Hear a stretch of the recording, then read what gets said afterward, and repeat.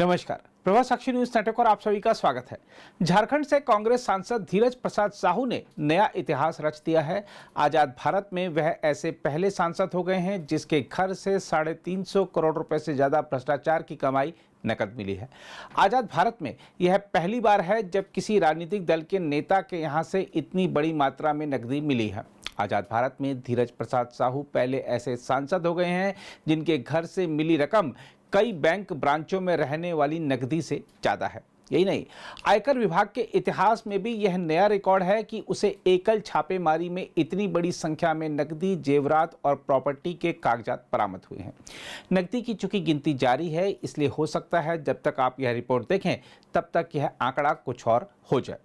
इसमें जनता के धन की इस लूट और कांग्रेस की इस काली कमाई को बीजेपी ने बड़ा मुद्दा बना लिया है। प्रधानमंत्री नरेंद्र मोदी लगातार इस मुद्दे पर ट्वीट कर रहे हैं, तो गृह मंत्री अमित शाह ने इस मुद्दे को संसद में प्रखरता से उठाया है। बीजेपी ने मंगलवार सुबह केंद्रीय मंत्री किरण रिजिजू की भी इस मुद्दे पर प्रेस कॉन्फ्रेंस करवाकर कांग्रेस पर निशाना साधा है।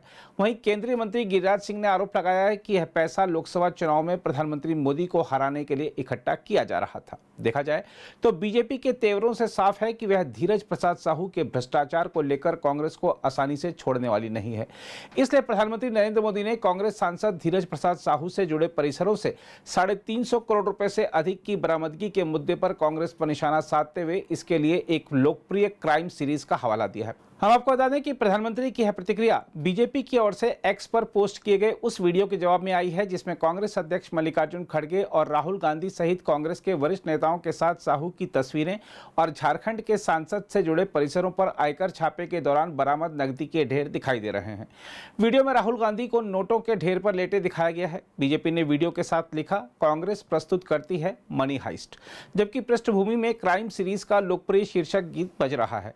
हम आपको बता दें कि मनी हाइस्ट एक स्पेनिश ड्रामा सीरीज है जिसकी कहानी के केंद्र में डकैती है। प्रधानमंत्री ने अपने पोस्ट में कहा, भारत में मनी हाइस्ट कथा की जरूरत किसे है जब आपके पास कांग्रेस पार्टी है। उन्होंने कहा, कांग्रेस की डकैतियां 70 वर्षों से प्रसिद्ध हैं और अभी भी जारी हैं। हम आपको बता दें कि इससे पहले भी प्रधानमंत्री ने धीरज प्रसाद साहू के घर से मिली करोड़ों की नकदी को लेकर एक पोस्ट की थी। उन्होंने एक खबर साझा करते हुए पोस्ट में कहा था, देशवासी इन नोटों के ढेर को देखें और फिर इनके नेताओं के ईमानदारी के भाषणों को सुने। जनता से जो लूटा है उसकी पाई पाई लौटानी पड़ेगी, यह मोदी की गारंटी है। इस मुद्दे पर संसद में कांग्रेस को घेरते हुए केंद्रीय गृह मंत्री अमित शाह ने भी कहा था कि अभी अभी झारखंड में एक सांसद के यहां इतना कैश मिला कि बैंक के कैशियर कह रहे हैं कि इतना कैश मैंने नहीं देखा। झारखंड में किसी एमपी के यहाँ, मैं किस दल के हैं कहना नहीं चाहता, पूरी दुनिया जानती है, इतनी सारी कैश मिली कि बैंक के कैशियर कहते हैं हमने भी इतनी कैश कभी देखी नहीं है। गिनते गिनते 5 दिन हो गए, 27 मशीनें गर्म हो गई, मान्यवर गर्म हो गई, मशीनें बंद हो गई, मगर अभी समाप्त नहीं होता है। और एक भी एक घमंडिया गठबंधन ने इसकी टीका भी नहीं की है, उसको सस्पेंड भी नहीं। तो अब सवाल यह है कि आखिर ये लूट और काली कमाई बंद कैसी हो। इस मुद्दे पर उच्चतम न्यायालय के वरिष्ठ अधिवक्ता और भारत के पीआईएल मैन के रूप में विख्यात अश्विनी उपाध्याय का कहना है कि जब तक कड़ा कानून नहीं बनेगा तब तक ऐसी घटनाएं होती रहेंगी और धीरज प्रसाद साहू की काली कमाई का सच कभी सामने नहीं आ पाएगा। कांग्रेस सांसद धीरज साहू के पास 500 करोड़ रुपए कैश मिल चुका है। इसका मतलब टोटल जो प्रॉपर्टी होगी उसकी कीमत तो और ज्यादा होगी। कम से कम 5000 करोड़ के आसपास लोग बता रहे हैं कि धीरज साहू के पास कुल मिला के नामी बेनामी 5000 करोड़ की प्रॉपर्टी है। धीरज साहू के पास बताते हैं कि लोग बेनामी बंगले भी हैं, बेनामी फार्म हाउस भी है। भारत के कई शहरों में उनके पास मकान है, दुकान है, कई शॉपिंग मॉल में उनकी बड़े बड़े शोरूम भी हैं। कुछ लोग बता रहे हैं कि विदेशों में भी है। भगवान जाने क्या सच है क्या गलत। लेकिन धीरज साहू के पास कुल कितनी प्रॉपर्टी है यह तभी पता हो सकता है जब धीरज साहू सच बोले। धीरज साहू सच बोलेंगे नहीं, पुलिस उनको टार्चर भी नहीं कर सकती, 3rd डिग्री भी नहीं दे सकती। कोई कॉमन मैन तो है नहीं, वो तो नेता है, सांसद है। ऐसा भी नहीं पुलिस उनको डंडे मार मार के उनसे सच्चाई उगलवा लेगी। धीरज साहू सच बोलेंगे नहीं, पुलिस उनको पीटेगी नहीं, नार्को पॉलीग्राफ ब्रेन मैपिंग होगा नहीं क्योंकि कानून नहीं है। तो अल्टीमेटली धीरज साहू के पास 500 करोड़ की प्रॉपर्टी है, 5000 करोड़ की प्रॉपर्टी है या 2000 करोड़ की प्रॉपर्टी है, इसकी पूरी सच्चाई तो कभी आगे नहीं आएगी। मैं बार बार कहता हूं, तू मैं करने, आरोप प्रत्यारोप करने, बतौलेबाजी करने, नूरा कुश्ती करने, तू चोर मैं सिपाही का खेल खेलने से भ्रष्टाचार खत्म नहीं होगा। यह ऐसी कौन सी व्यवस्था है जिसमें कि 500 करोड़ रुपए इकट्ठा हो गया? मैं फिर से कह रहा हूं, घटिया कानूनों को बदलना पड़ेगा। इस 1860 के इंडियन पिनल कोड को उठा के कूड़े के डब्बे में डालना पड़ेगा, कूड़े के ढेर में फेंकना पड़ेगा।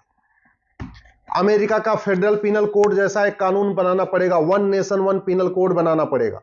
एक ही किताब में सारे अपराध, घूसखोरी भी इसी में, जमाखोरी भी इसी में, मिलावटखोरी भी इसी में, कालाबाजारी भी इसी में, नशा तस्करी भी इसी में, मानव तस्करी भी इसी में, सोना तस्करी भी इसी में, अलगाववाद भी इसी में, आतंकवाद भी इसी में, जिहाद भी इसी में, मजहबी उन्माद भी, सब कुछ इसी में करना पड़ेगा। काला धन भी इसी में, हवाला भी इसी में, बेनामी संपत्ति का खेल, सबके लिए एक किताब बनानी पड़ेगी। One nation one penal code बनाना पड़ेगा और काला धन, बेनामी संपत्ति को 100% जब्त करने, आय से अधिक संपत्ति को 100% जब्त करने के लिए कानून बनाना पड़ेगा। भ्रष्टाचार को देशद्रोह घोषित करना पड़ेगा और भ्रष्टाचारियों को आजीवन कारावास देने के साथ साथ उनकी नागरिकता खत्म करने के लिए कानून बनाना पड़ेगा। उनका वोटिंग का राइट छीनना पड़ेगा। हमारे देश में कितने सारे भ्रष्टाचारी हैं जिनको सजा ही नहीं हुई, जिनको सजा भी हो गई है, वो चुनाव नहीं लड़ पा रहे हैं तो पार्टी अध्यक्ष बन के बैठे हुए हैं। लालू पार्टी अध्यक्ष बन बैठे हुए हैं, चौटाला पार्टी अध्यक्ष बन के बैठे हुए, शशिकला पार्टी अध्यक्ष बन के बैठी हुई हैं, मधु कोड़ा पार्टी अध्यक्ष बन के बैठे हुए। ऐसे सड़े हुए कानून से देश में भ्रष्टाचार खत्म होगा? भ्रष्टाचार खत्म करना है, 1861 का पुलिस एक्ट खत्म करना पड़ेगा। एक one nation one police code बनाना पड़ेगा। 1 घंटे के अंदर एफआईआर लिखने को मैंडेटरी करना होगा। पुलिस चार्टर लागू करना होगा कि पुलिस 1 घंटे के अंदर एफआईआर दर्ज करे, 1 महीने के अंदर जांच पूरी करे। भ्रष्टाचार को जड़ से खत्म करना है तो 1872 का एविडेंस एक्ट खत्म करना पड़ेगा। नार्को पॉलीग्राफ ब्रेन मैपिंग कानून बनाना पड़ेगा। हर जिले में एक नार्को टेस्ट, पॉलीग्राफ टेस्ट और ब्रेन मैपिंग टेस्ट करने के लिए एक लैब बनानी पड़ेगी और कोई बहुत बड़ा इसमें लागत नहीं आएगी। एक लैब बनाने में 1 करोड़ खर्चा है, यानी पूरे देश में 750 जिले, यानी 750 करोड़ रुपए में देश के हर जिले में एक नार्को टेस्ट, पॉलीग्राफ टेस्ट और ब्रेन मैपिंग की लैब बन जाएगी। जितना पैसा 500 करोड़ रुपए इनके यहां मिल रहा है धीरज साहू के यहां, इसका मतलब 500 जिले में narco polygraph brain mapping lab तो इन्हीं के पैसे से बन सकती है। अगर वास्तव में भ्रष्टाचार खत्म करना है, हमें जुडिशियल रिफॉर्म करना पड़ेगा, जुडिशियल चार्टर लागू करना पड़ेगा। जज के लिए मैंडेटरी होगा कि वो जस्टिस विद इन ईयर करे, 1 साल के अंदर मुकदमे का फैसला करे। ये 10 साल, 20 साल, 25 साल, 50 साल, हमारे यहां स्थिति यह है, अब्दुल करीम तेलगी के मुकदमे का फैसला नहीं होता, उसके पहले अब्दुल करीम तेलगी खुद ही चले जाते हैं और जब अब्दुल करीम तेलगी मर गए तो मुकदमा अपने आप खत्म हो गया। सुखराम के मुकदमे का फैसला नहीं हुआ, उसके पहले सुखराम चले गए। शिबू सोरेन के मुकदमे का फैसला नहीं हुआ, उसके पहले शिबू सोरेन चले गए। आज तक किसी मुकदमे का फैसला हुआ क्या? न नेशनल हेराल्ड का फैसला हुआ, न 2G घोटाले वालों का आजीवन कारावास फांसी हुआ, न कोयला घोटाले वालों का आजीवन कारावास फांसी हुआ, न कॉमनवेल्थ घोटालों वालों का आजीवन कारावास फांसी हुआ। 70,000 करोड़ का कॉमनवेल्थ घोटाला, न किसी को आजीवन कारावास, न किसी को फांसी, न किसी का 100% प्रॉपर्टी जब्त। 1,76,000 करोड़ का 2G घोटाला, न किसी का 100% प्रॉपर्टी जब्त हुई, न किसी को आजीवन कारावास, न किसी को फांसी। 1,86,000 करोड़ का कोयला घोटाला, न किसी को आजीवन कारावास, न किसी को फांसी। मुकदमा आज तक चल रहा है। 1984 के बाद जो सिख नरसंहार हुआ था, आज तक उसमें फैसला ही नहीं आया। तो ना अपराधियों को सजा हो रही, ना भ्रष्टाचारियों को सजा हो रही। कहां से भ्रष्टाचार खत्म होगा? भ्रष्टाचार को जड़ से खत्म करना है तो हमें पुलिस रिफॉर्म, जुडिशियल रिफॉर्म के साथ साथ, एडमिनिस्ट्रेटिव रिफॉर्म के साथ साथ हमें टैक्स रिफॉर्म करना पड़ेगा। 100 रुपए से बड़े नोट की जरूरत नहीं है। अरे भारत में 80% लोग पर डे 100 रुपए से कम खर्च करते हैं। जो 100 रुपए से ज्यादा खर्च करते हैं उनके पास एटीएम है, पेटीएम है, भीम है, यूपीआई है, डेबिट कार्ड है, क्रेडिट कार्ड है। तो ये 100 रुपए से बड़ी नोट चल किसके लिए रही है? ये तो पूरी दुनिया में सबको पता है। जितनी बड़ी नोट होती उतना ज्यादा हवाला होता है, जितनी बड़ी नोट होती उतना ज्यादा भ्रष्टाचार होता है, जितनी बड़ी नोट होती उतना ज्यादा अपराध होता है, जितनी बड़ी नोट होती उतना ज्यादा कालाधन होता है।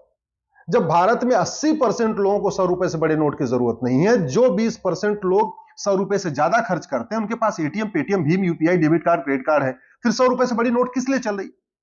अभी आप देखिए, जितने भी छापे पड़ते हैं, जितने भी लाकर में पैसे मिलते हैं, जितने तिजोरियों में पैसे भरे हुए, ये सारे 500 की नोट और 2000 की नोट है। 100 रुपए से बड़े नोट बंद कर दे, 25% भ्रष्टाचार तत्काल खत्म हो जाएगा। जरूरत ही नहीं 100 रुपए की नोट की। जब भारत में सबके पास एटीएम, पेटीएम, भीम, यूपीआई हो गया है, चाय बनाने वाला भी, चाय बेचने वाला भी ऑनलाइन पैसा ले रहा है, तो 2000 रुपए से महंगे सामान का कैश लेन देन बंद करने में दिक्कत कहां है? जिस सामान की एमआरपी 2000 से ज्यादा हो उसका लेन देन बंद कर दीजिए डिजिटल, कि भैया केवल आपको डिजिटल लेन देन करना है, कैश में खरीद ही नहीं सकते। 25% भ्रष्टाचार और खत्म हो जाएगा, नहीं 50% भ्रष्टाचार खत्म हो गया। 50,000 रुपए से महंगी प्रॉपर्टी को आधार से लिंक कर दीजिए। 130 करोड़ आधार बन चुका है, हर घर में आधार है। आधार को लिंक करने के लिए एक कानून बना दिए कि भाई जो आदमी 50,000 रुपए से महंगी कोई चीज खरीदेगा, चाहे वो फोन खरीदे, स्कूटी खरीदे, मोबाइल खरीदे, जो कुछ खरीदेगा 50,000 रुपए से महंगा, उसको आधार से नंबर उसमें पड़ेगा। दिल्ली में बैठे बैठे सरकार को पता चल जाएगा कि पूरे देश में कौन कौन आदमी 50,000 रुपए से महंगी प्रॉपर्टी खरीद रहा है। 25% भ्रष्टाचार और खत्म हो जाएगा। और भ्रष्टाचारियों की 100% प्रॉपर्टी जब्त करने के लिए, आजीवन कारावास, फांसी देने के लिए कानून बना दीजिए। भ्रष्टाचारियों की नागरिकता छीनने के लिए कानून बना दीजिए। भ्रष्टाचार को देशद्रोह घोषित कर दीजिए। मैं गारंटी के साथ कहता हूं मात्र 1 साल के अंदर भ्रष्टाचार खत्म हो जाएगा। मात्र 1 साल के अंदर केवल 1 नेशन 1 टैक्स लागू हो जाए, 1 नेशन 1 पिनल कोड लागू हो जाए, 1 नेशन 1 पुलिस कोड लागू हो जाए, 1 नेशन 1 जुडिशियल कोड लागू हो जाए और 1 नेशन 1 एविडेंस कोड लागू हो जाए, नार्को पॉलीग्राफ ब्रेन मैपिंग कानून बन जाए, 1 साल के अंदर भ्रष्टाचार खत्म हो जाएगा। मैं गारंटी के साथ कह रहा हूं। केवल 5 कानून बनाना पड़ेगा, केवल 5 कानून। और फायदा कितना होगा? 75 लाख करोड़ का हमारा बजट है। सेंटर और स्टेट का जो टोटल बजट है 75 लाख करोड़ का है। इस 75 लाख करोड़ का 20% यानी 15 लाख करोड़ रुपए हर साल घूसखोरी में जा रहा है, कमीशन खोरी में जा रहा है, दलाली में जा रहा है, कटमनी में जा रहा है, तोलाबाजी में जा रहा है। भ्रष्टाचार खत्म हो जाए तो 15 लाख करोड़ रुपए की बचत हो जाएगी।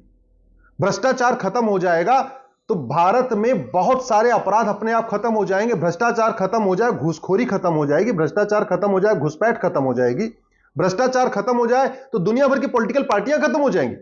भ्रष्टाचार खत्म, कांग्रेस खत्म। भ्रष्टाचार खत्म, टीएमसी खत्म। भ्रष्टाचार खत्म, टीडीपी खत्म। भ्रष्टाचार खत्म, डीएमके खत्म। भ्रष्टाचार खत्म, आम आदमी पार्टी खत्म। भ्रष्टाचार खत्म, समाजवादी पार्टी खत्म। भ्रष्टाचार खत्म, बहुजन समाज पार्टी खत्म। भ्रष्टाचार खत्म, चौटाला की पार्टी खत्म। भ्रष्टाचार खत्म, बादल की पार्टी खत्म।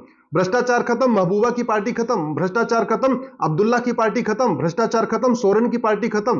भ्रष्टाचार खत्म, ममता की पार्टी खत्म। भ्रष्टाचार खत्म। तो मैं गारंटी के साथ कहता हूं भारत की जितनी पॉलिटिकल पार्टियां आपको दिख रही है ना, और रोज नई नई पॉलिटिकल पार्टियां बन रही हैं, ये सारी पॉलिटिकल पार्टियां खत्म हो जाएंगी। तो जरूरत इस बात की है कि नए कानून बनाए जाएं, पुलिस रिफॉर्म किया जाए, जुडिशियल रिफॉर्म किया जाए, टैक्स रिफॉर्म किया जाए, जुडिशियल चार्टर लागू किया जाए, जस्टिस विद इन ईयर लागू किया जाए। इस पे चर्चा नहीं हो रही है। ना इस पे नेता बोल रहे हैं, ना अभिनेता बोल रहे हैं, ना लेखक बोल रहे हैं, ना बुद्धिजीवी बोल रहे हैं, ना पत्रकार बोल रहे हैं, ना कलमकार बोल रहे हैं। सब केवल ये बता रहे हैं धीरज साहू के पास 500 करोड़ मिला। अरे बीमारी की चर्चा करने से बीमारी ठीक होती है क्या? दवा देनी पड़ती है। बीमारी की चर्चा करने से बीमारी ठीक नहीं होती। ऐसे समस्या की चर्चा करने से कोई समस्या खत्म नहीं होती। भ्रष्टाचार खत्म करना है तो ये 5 कानून बनाने पड़ेंगे, दूसरा कोई रास्ता नहीं। अगर आप भी लेना चाहते हैं देश दुनिया की तमाम जानकारी तो आज ही सब्सक्राइब करें हमारे चैनल को।